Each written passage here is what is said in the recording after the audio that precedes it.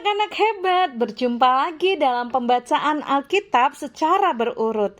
Puji Tuhan, Bu Dewi senang sekali karena kita sudah membaca Alkitab sampai pada kitab 2 Samuel pasal 14. Anak-anak, ayatnya cukup panjang, ada 33 ayat. Untuk mempersingkat durasi, Bu Dewi hanya akan membaca ayat 33. Tapi anak-anak tetap menyelesaikan membaca dari ayat 1 sampai dengan ayat 33 ya. Demikian firman Tuhan. Kemudian Yoab datang menghadap raja dan memberitahukan hal itu kepadanya. Raja pun memanggil Absalom. Ia datang menghadap raja dan sujud dengan muka sampai ke tanah di hadapan raja. Raja lalu mencium Absalom. Anak-anak, apakah kalian pernah bertengkar? Oke, jujur ya. Bertengkarnya dengan siapa? Dengan teman, dengan tetangga, dengan kakak, adik, atau dengan papa, atau dengan mama? Oke, anak-anak, terima kasih kalau kalian menjawab jujur. Kadang kita memang marah sekali dan saking marahnya membuat kita bertengkar dan setelah itu kita tidak mau saling menyapa atau tidak saling bicara. Bayangkan kalau suasana itu terjadi di rumah kita. Kita tidak saling bicara dengan papa, mama, adik atau kakak. Pasti rasanya tidak enak kan? Nah, dalam 2 Samuel 14 ini, bagian yang kita baca ini berbicara tentang kondisi Raja Daud dan anaknya yang bernama Absalom. Karena mereka punya masalah, sehingga mereka saling marah dan lama tidak mau bertemu, juga tidak saling bicara. Hubungan mereka menjadi sangat renggang, padahal mereka ini adalah bapak dan anak. Nah, melihat kondisi itu, Yoab sebenarnya ingin sekali membantu. Apalagi Yoab melihat bahwa Raja Daud ini sangat merindukan Absalom.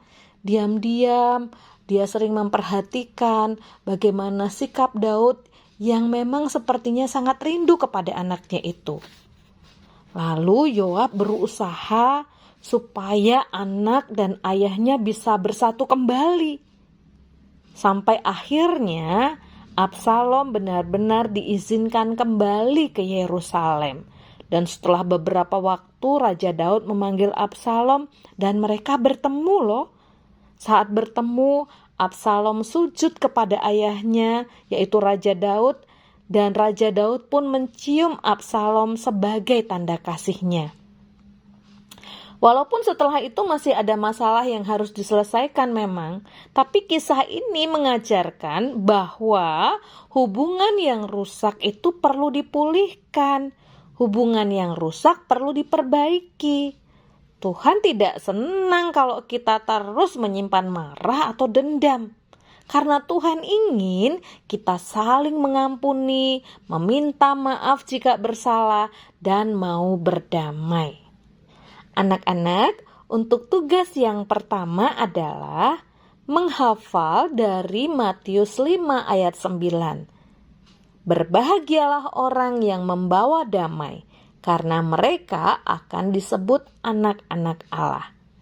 Khusus untuk anak balita, anak kecil atau yang belum bisa baca, cukup mengucapkan, "Aku anak cinta damai." Kata aku diganti namanya sendiri ya.